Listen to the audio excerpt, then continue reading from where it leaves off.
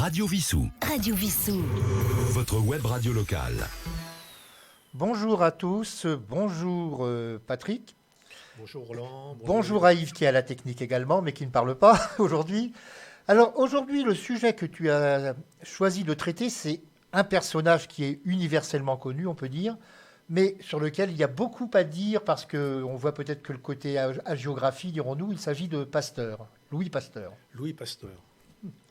Donc ce personnage, on parle de lui essentiellement, très souvent pour la rage, mais il y a beaucoup d'autres choses à dire, ne serait-ce que sur les études qu'il a pu faire. Alors, il y a des choses que je ne connaissais pas avant d'avoir essayé de les découvrir. Par exemple, la cristallographie. Il a étudié la cristallographie. Qu'est-ce que cela ? Alors la cristallographie, comme le nom semble l'indiquer, c'est l'étude des cristaux. Alors il faut savoir que... Alors c'est quand même intéressant de revenir un petit peu au début, avant de parler de la cristallographie. Pasteur, dans l'histoire, il faut le situer, c'est le Second Empire, la Deuxième et la Troisième République. Il est né en 1822, il est mort en 1895. Et Pasteur est né dans le Jura, à Dole. Son père était tanneur. Et en fin de compte, il n'était pas très intéressé par les études. Il était, ce qui est relativement intéressant, intéressé par les études, plutôt ce qui était artistique. C'était un très très bon pastelliste. On voit des gravures, des pastels de Pasteur qui sont vraiment magnifiques. Mais comme on le verra tout à l'heure par la suite, c'était quand même un individu qui est relativement, on va dire, pour être gentil, opportuniste. Il s'est vite rendu compte que c'est pas avec ça qu'il va gagner sa vie. Donc il s'est dit, il doit s'orienter vers une carrière scientifique. Et donc il prend la voie de la carrière scientifique. Et bon, il ne va pas choisir n'importe quelle carrière scientifique, il va choisir l'une des plus prestigieuses écoles. Il va vouloir intégrer l'école normale supérieure de la rue d'Ulm à Paris. Qui existait déjà à l'époque. Qui existait déjà à l'époque. Il présente le concours, mais bon, il est reçu, mais il n'est pas bien positionné, il est 40e à peu près. Et il n'a pas le droit à une bourse en étant à cette position. Et là, bon, c'est pas possible. Il ne peut pas subvenir ses besoins. Donc, il va représenter l'année d'après le concours et il sera classé 4e. Et là, il va intégrer l'école de la rue d'Ulm, l'école normale supérieure, où il fera 3 années d'études. Et là, il aura des professeurs extrêmement célèbres et connus. Et... par exemple, Jean-Baptiste Delmas, qui était son professeur de chimie, qui a été député, sénateur, ministre, qui faisait des envolées lyriques. Et ça a complètement subjugué Pasteur. Et il y avait un autre professeur qu'il appréciait beaucoup, c'était Jean-Jérôme Ballard, qui a d'ailleurs... Station de métro. C'est lui qui a découvert le brome. Et donc, il a fait ses études et puis il a préparé une thèse, toujours là. Et c'est là on arrive à la fameuse cristallographie parce qu'en fin de compte, il a préparé une thèse en quoi ? En physique et en chimie. Rien à voir avec ce que l'on connaît de Pasteur et les vaccins. Donc, on va tout de suite dire, Pasteur, c'est ni un biologiste, ni un médecin. Il est physicien, chimiste. Il a commencé, donc c'était ses travaux pour sa thèse, à travailler sur la cristallographie et entre autres sur des cristaux de tantrite que l'on trouve, c'est des cristaux qu'on trouve dans la lie de vin, un peu particulier, et les physiciens de l'époque ne comprenaient pas que certains cristaux avaient des propriétés et d'autres propriétés, pourtant ils semblaient vraiment semblables. Et tout au long de sa thèse, Pasteur va montrer que ces cristaux, en fin de compte, c'est l'arrangement des atomes qui sont dans les cristaux qui vont définir les propriétés chimiques. C'est ce qu'on appelle la chiralité, c'est-à-dire la non-symétrie droite-gauche. Quand on se regarde dans un miroir ou qu'on met en opposition les deux mains de la main droite et de la main gauche, on peut supposer que ça fait la même chose, mais non, ça n'a pas tout à fait les mêmes propriétés. Alors, c'est la même propriété pour un ambidextre, mais pour quelqu'un qui est droitier et gaucher, ça ne fait pas la même chose. Alors, concernant cette chiralité moléculaire, il a eu une médaille qui s'appelle la médaille Rumford, et qui est une médaille qui existe depuis 1800 et qui existe toujours. Il y a toujours des gens qui sont récompensés par cette médaille. Oui. Alors moi, je ne la connaissais pas, cette médaille, mais bon, je connaissais les travaux de Pasteur la cristallographie. Donc effectivement, des médailles, il y a beaucoup dans beaucoup de domaines scientifiques. Non, mais celle-ci a déjà plus de 2 siècles. Elle a plus de 2 siècles, oui, tout à fait. Sachant que, au passage, le prix Nobel date de 1901. C'est pour cette raison que Pasteur ne l'a pas eu. Il est juste mort avant, donc on attribue toujours le prix Nobel à une personne vivante, jamais à un défunt. Il a travaillé également alors, sur la fermentation. Oui. Alors, Pasteur a eu trois périodes. Donc, on a parlé de la première qui était l'étude des cristaux. La deuxième, c'est, on va dire, la fermentation, la pasteurisation. Et la dernière, citons-la tout de suite, ce sont les vaccins. Donc, c'est vraiment les 3 périodes de sa vie. Alors, ça a commencé en fin de compte avec ce qu'on appelle la pasteurisation. Ça a été travaillé par Pasteur pour le vin. Alors, c'est lui qui a dit, qui a un slogan aujourd'hui qui serait interdit, le vin est un aliment sain et naturel. Oui, effectivement. Bon, à boire avec modération, évidemment. Et donc, à l'époque, on exportait, c'était au temps de Napoléon III, on exportait énormément de vins vers l'Angleterre, sauf que les vins, il y avait du Bourgogne, du Champagne et des vins de Bordeaux. Bon, ils ne tenaient pas la route. Ils étaient vite viciés, ils tournaient, ils filaient, donc ils n'étaient pas de bonne qualité. Et ça posait vraiment un problème au niveau de la conservation. Et il s'est aperçu, au bout d'en étudiant le problème, que si l'on chauffait à une certaine température les vins en fin de cycle, eh bien, on arrivait à détruire tout un tas de germes qu'il pouvait y avoir. Et c'est ce qu'on a appelé la pasteurisation. Alors, il y a eu le vin, mais il y a eu aussi la bière, parce que d'après ce que j'ai lu, les brasseurs lillois ont fait appel à lui. Les brasseurs lillois. Alors oui, alors la bière, alors l'histoire est intéressante, c'est assez amusant, parce que la bière, l'idée de départ, c'est que ça n'intéressait pas spécialement de travailler sur la bière. Sauf que, après la défaite de 1870, la famille de Pasteur, il faut savoir que c'était vraiment, tenait en très haute estime Napoléon.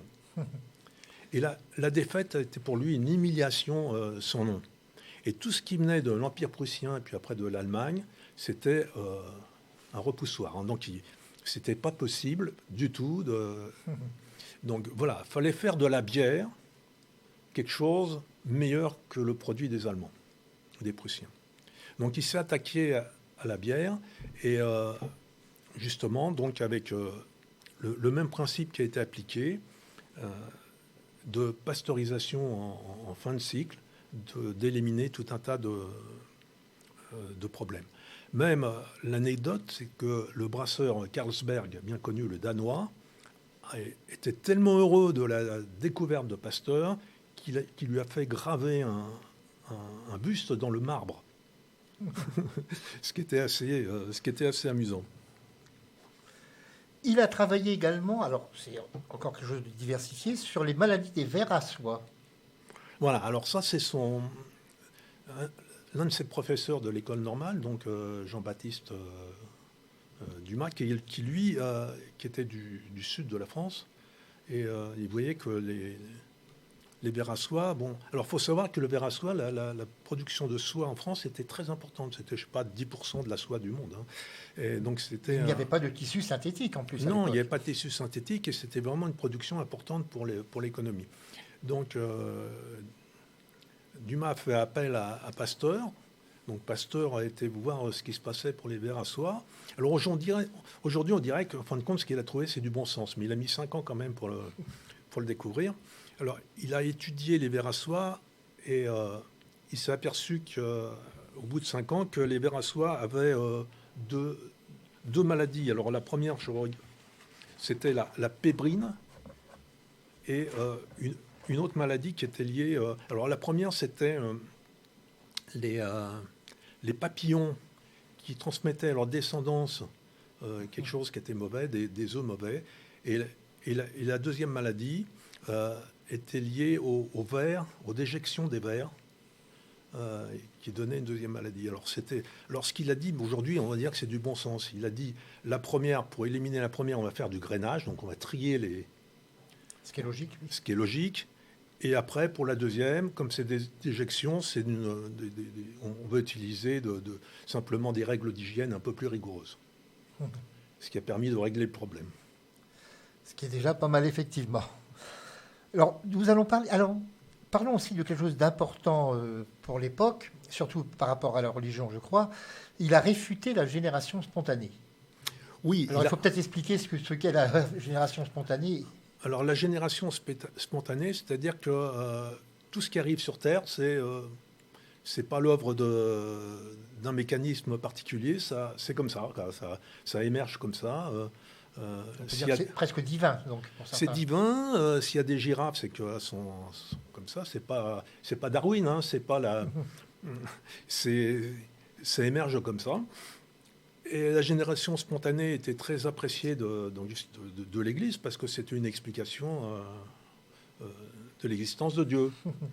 Donc, dans toute sa théorie des germes, Pasteur montre que c'est pas du tout la génération spontanée. Hein. Si quelque chose commence à fermenter, c'est pas lié, c'est pas comme ça. C'est qu'il y a quelque chose qui vient vicier le produit. Il y a des germes dans l'air. Et il montre, il a fait une expérience qui s'appelle l'expérience du col de cygne. Donc c'est un tube en verre qui est un peu recourbé, et dans la partie courbe, c'est obstrué par un liquide qui évite le contact avec l'air. Et tant qu'on n'est pas en contact avec l'air, le liquide reste stérile.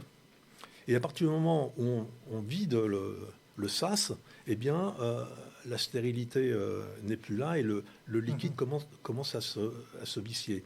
Et alors là, bon, ça commençait un peu à émoustiller un peu les esprits parce que c'était plus la génération spontanée. Il y a eu donc 2 écoles à ce moment-là, si je présume. Ah oui, il y avait deux écoles et adverses. Et adverses. Alors déjà tous ces problèmes d'hygiène que lui commençait à mettre en avant déjà à peu près il y a presque 80 ans auparavant, il y avait un médecin hongrois, Sommerfeld, qui avait montré que les étudiants, quand ils revenaient de salles d'autopsie et qui après faisaient des accouchements, le taux de mortalité par fièvre puerpérale a été très très élevé. Et il s'est rendu compte qu'en se lavant les mains, le taux de mortalité décroissait d'une manière phénoménale. Il aura fallu donc attendre très très longtemps pour se rendre compte qu'il fallait se laver les mains. Oui, mais il était rejeté par tous ses confrères en disant que c'est de la bêtise. Et même 80 ans plus tard, à peu près, Pasteur qui donne des règles d'hygiène, on le regarde d'un sale œil. Nous allons donc parler. Ah oui, il y a aussi une chose intéressante. On pourrait le classer dans. Il y a une petite catégorie de personnes, dirons-nous, handicapées qui ont eu quand même une grande destinée. Je pense par exemple à quelqu'un d'autre, c'est Fulgence Bienvenu, qui est celui qui a créé le métro, qui était manchot. Ouais. Et lui a eu une hémiplégie, il était handicapé. Oui, alors il a eu une attaque à 46 ans qui lui a paralysé complètement le côté gauche. On le voit sur des photos qui se tient un peu toujours comme ça. Et effectivement, il était un peu handicapé par cette hémiplégie. Ils ont bien cru qu'il allait mourir, hein, d'ailleurs. Hein. On avait envoyé à cette époque-là les meilleurs médecins pour essayer de le sauver. Et... Enfin, la médecine à l'époque était encore... Oui, c'était pas terrible, effectivement. Je pense pas qu'il y avait beaucoup de kinés, par exemple, pour ce genre de personnes. Non, mais même, il était entre la vie et la mort, là. Hein. C'était même plus que de la kiné qu'il fallait. Il fallait des...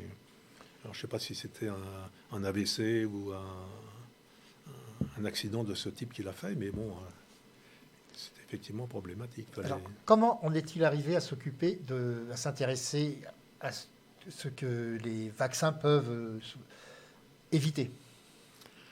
On lui a demandé, souvent on le sollicitait, comme pour la bière, comme pour ce genre de choses. Alors, je t'interromps, il était donc déjà très célèbre, il avait une renommée. Oui, il a eu une renommée... Il a une renommée assez rapidement. Déjà, à partir des cristaux, il avait déjà découvert quelque chose. Donc, il était renommé dans une partie de la société. Après, l'épisode de la bière et du verre à soie, ça l'a propulsé quand même. Mais il n'était pas encore à l'apogée de sa renommée. L'apogée de sa renommée, ça va être là avec le vaccin de la rage. Alors, nous arrivons à ce fameux vaccin. Il y a eu Il y a des images d'Épinal dans les écoles, autrefois, on le voyait en train de vacciner, alors que lui-même ne pouvait pas faire le vaccin. Il n'avait pas le droit, je crois, de faire de piqûres, puisqu'il n'était pas ni médecin ni infirmier. Il n'était ni médecin, ni biologiste, ni infirmier, il n'avait pas le droit. Alors, ce qu'il faut savoir, donc, ce que je disais tout à l'heure en préambule, c'est que Pasteur était un brin opportuniste. Alors, c'était sortir en rien de ses qualités qu'il avait. Hein. C'était quelqu'un quand même on peut dire de génial, hein, qui est un précurseur. Mais dans toute sa carrière, si on reprend depuis le début, ses études, il s'est orienté vers le scientifique, c'est un peu de l'opportunisme. Quand il a terminé ses études scientifiques, et sa thèse, il était nommé professeur suppléant à Strasbourg. En très peu de temps, il va épouser la fille du recteur de... Alors, on peut se dire, c'est l'ascenseur social aussi. Et ensuite, il sait s'entourer de gens prestigieux. Alors je crois qu'on l'a même accusé de s'octroyer les travaux des autres. Oui, alors ça, c'est après. Hein. Après. D'accord. Donc, après, on l'a accusé, mais c'était... on l'a su, ça, dans les années 70, 1970. Alors, je vais expliquer pourquoi après. Donc voilà. Donc, le plus important donc, il savait s'entourer de gens exceptionnels autour d'eux. Alors, des gens très connus, hein, par exemple, Émile Roux, qui a la rue du Docteur Roux à Paris, où il y a l'Institut Pasteur. Des gens qui ont trouvé le BCG, des gens... des gens essentiellement. Il faut savoir, par exemple, l'Institut Pasteur, il a quand même permis de sortir une dizaine de prix Nobel. Hein. Donc, c'est pas rien. Donc, on le sollicitait, pour répondre à ta question, Roland, on le sollicitait souvent et il s'est mis à travailler sur les vaccins. Sachant que le premier vaccin qui a été fait, c'était par Jenner. Quelques dizaines d'années auparavant, presque aussi 80 ans avant, c'était plutôt le XVIIIe siècle. Mais Jenner, c'est un vaccin contre la variole. C'est-à-dire qu'il s'était aperçu que les pustules au niveau des pies... des vaches, effectivement, voilà, immunisaient... les vachères étaient immunisées. Voilà. Mais donc il a utilisé ça pour vacciner contre la variole. Mais ça, on ne pouvait pas le reproduire pour les autres vaccins. Ce que n'avait pas compris Jenner, mais que Pasteur a compris, c'est que si l'on prend un virus et qu'on arrive à l'atténuer en le diluant un certain nombre de fois, et si on injecte ça, on arrive à immuniser les personnes. Bon, ça, Jenner, il n'avait pas complètement saisi ça, mais par contre, il avait réussi à quand même faire... Il ne faut pas lui retirer ce qu'il a fait. Il a quand même réussi un vaccin contre la variole. Et donc, ça, c'est une chose. Et pour un certain nombre de vaccins, ils ont trouvé un certain nombre de vaccins contre le choléra, contre des formes de peste et contre tout un tas de trucs. Il ne faut pas oublier que le choléra au XIXe siècle, ça a été très destructeur sur Paris. Quand on relit Les Mystères de Paris, par exemple, de Gensu, c'est en pleine épidémie de choléra. Oui, non, mais il y a eu des épidémies terribles. Hein. Alors, surtout qu'on n'avait aucune règle d'hygiène. Hein. Ça y fait beaucoup. Hein. Donc voilà. Alors, l'épisode qui était assez intéressant, c'était alors, il y a toujours cette rivalité avec l'Allemagne. Donc, il y a le fameux, que tout le monde connaît, Koch, le bacille de Koch. Donc, il avait Robert Koch, donc un Allemand.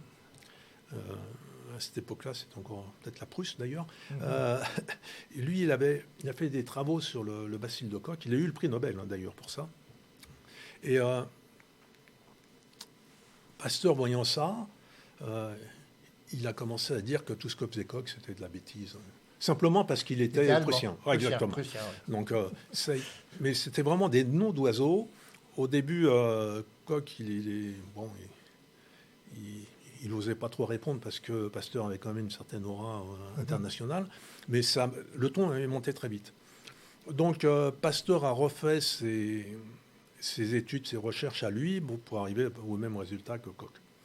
Donc, ça a un peu émoustillé tout le monde.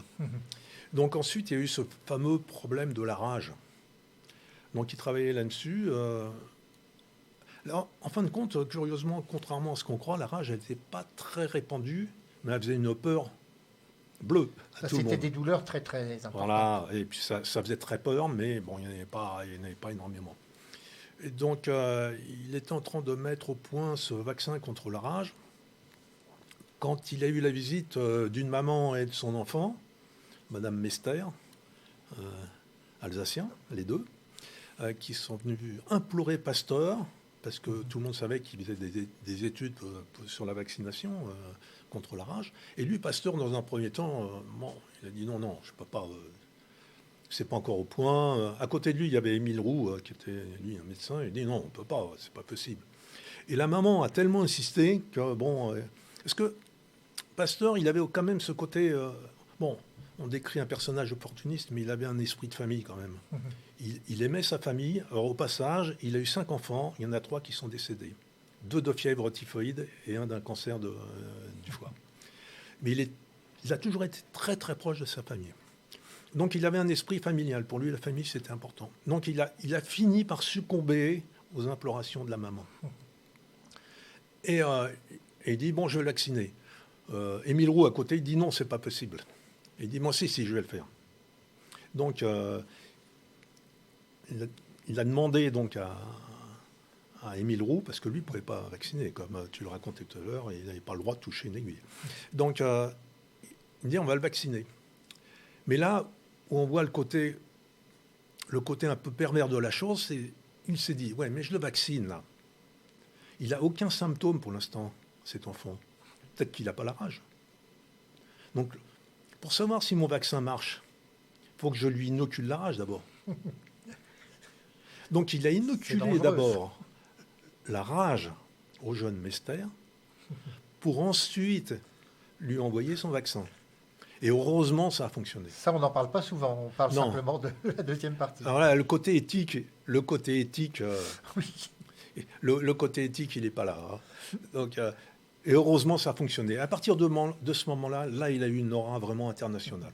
Alors, j'ai lu justement, en faisant quelques petites recherches avant cette émission, qu'en 1884, il avait écrit à l'empereur du Brésil exact. Pour lui proposer que des condamnés à mort servent de cobayes en échange de leur grâce. Absolument. Bah, heureusement, oui, tout à fait. Heureusement que ça n'a pas fonctionné. Ça. C'était aussi encore un problème d'éthique considérable.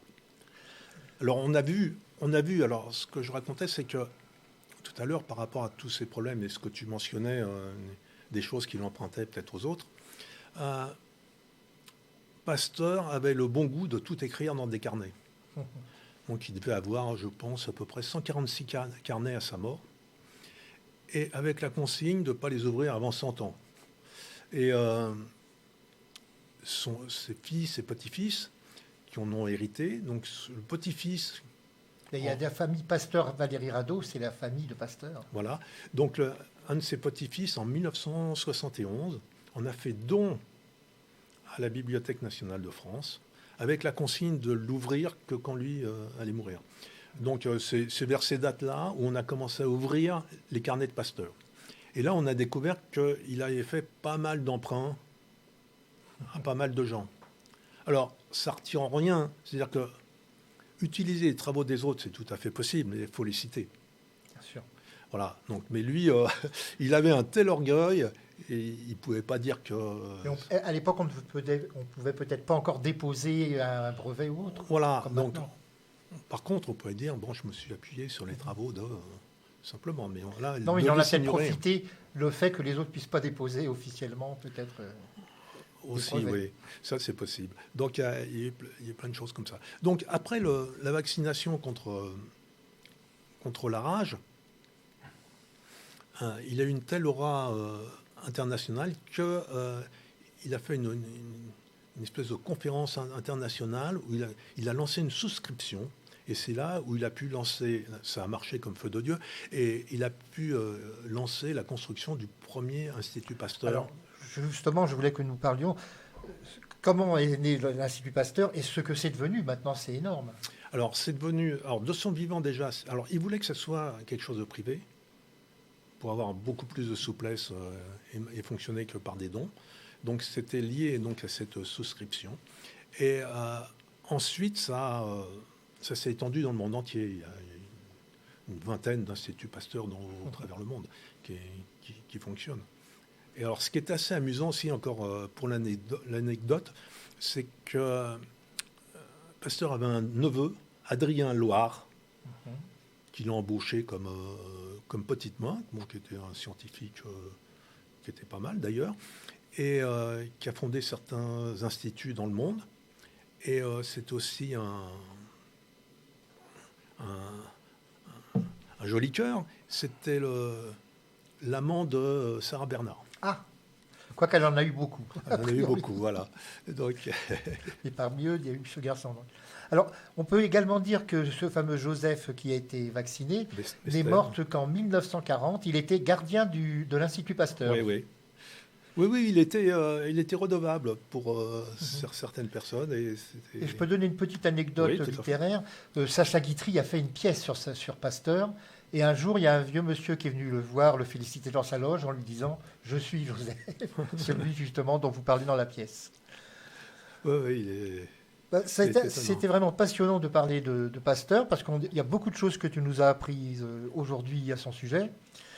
Et je pense qu'on... Ah, si, une petite question quand même. J'ai l'impression qu'on revient un petit peu sur la pasteurisation maintenant. On retrouve des vertus à certains aliments, au lait cru par exemple, qui n'est pas pasteurisé et autres. Ah ouais, ça c'est question de goût. Hein. Oui. Alors par exemple, le vin ne le pasteurise plus. On rajoute des sulfites. Sauf peut-être quelques vins bio, mais bon, ça se garde moins bien. Non, je pense au fromage en particulier. Oui, les fromages donc, qui ne sont pas pasteurisés, mais bon, alors c'est sûr qu'il peut y avoir des risques. Quelques risques s'il y avait des salmonelles ou des choses. Donc il faut avoir une hygiène relativement plus stricte dans ces cas-là. Mais je reconnais qu'au niveau du goût, il n'y a pas photo, c'est pas la même chose. Très bien. Écoute, nous te remercions vraiment beaucoup de nous avoir fait mieux découvrir ce personnage qui a quand même une grande importance sur la santé, entre autres. Voilà. Et il est enterré à l'Institut Pasteur, hein, dans la crypte de Pasteur. Et sa femme n'a pas voulu qu'il soit ailleurs. Il aurait pu aller au Panthéon. Oui, c'est mais ce là, que j'avais pensé. Elle n'aurait pas pu le suivre. Donc, pour pouvoir rester avec lui... Il y a eu un cas quand même. Je sais que je ne sais plus quel savant avait... On l'a mis à condition que son épouse soit avec lui. Mais il y a un seul cas. Je crois que c'est Marcelin Berthelot, me semble-t-il. Je ne sais pas. Merci infiniment de nous avoir parlé de Pasteur aujourd'hui. Et de toute façon, très prochainement, tu vas avoir une chronique courte sur des sujets très variés, mais ce qui n'empêchera pas qu'il y aura toujours ces causeries comme aujourd'hui, bien évidemment. Et que tu donnes aussi parfois dans une association ici à Vissou. À Vissou, à l'association Georges Sand. Georges Sand, il faut en parler également. Voilà. Merci. À bientôt. Radio Vissou. Téléchargez l'application sur votre mobile. Radio Vissou.